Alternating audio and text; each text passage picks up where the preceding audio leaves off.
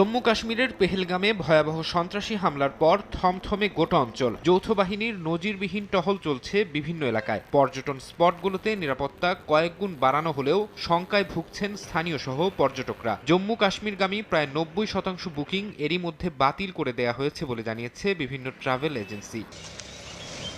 ভয়াবহ এই হামলার জেরে ভারত পাকিস্তান সম্পর্কে টানাপোড়েন শুরু হয়েছে। ভারতের কেন্দ্রীয় মন্ত্রিসভার নিরাপত্তা বিষয়ক কমিটির বৈঠকে পাকিস্তানের বিরুদ্ধে তাৎক্ষণিক বেশ কিছু পদক্ষেপ নেওয়া হয়। ভারতের পররাষ্ট্র সচিব বিক্রম মিশ্রি বলেন, দিল্লিতে পাকিস্তানের হাই কমিশনে নিযুক্ত সব সামরিক উপদেষ্টাকে বহিষ্কার এবং তাদের অবাঞ্ছিত ঘোষণা করা হয়েছে। একই সঙ্গে ইসলামাবাদে ভারতের হাই কমিশনে নিযুক্ত ভারতীয় সামরিক কর্মকর্তাদের ফিরিয়ে নিচ্ছে নয়াদিল্লি। হাই কমিশনগুলোতে কর্মরত কর্মকর্তাদের সংখ্যা ৫৫ থেকে কমিয়ে ৩০ করা হবে বলে জানান তিনি। পাকিস্তানের সঙ্গে গুরুত্বপূর্ণ আটারি ওয়াঘা সীমান্ত বন্ধ করে দিয়েছে ভারত। ওই সীমান্ত দিয়ে যারা ভারত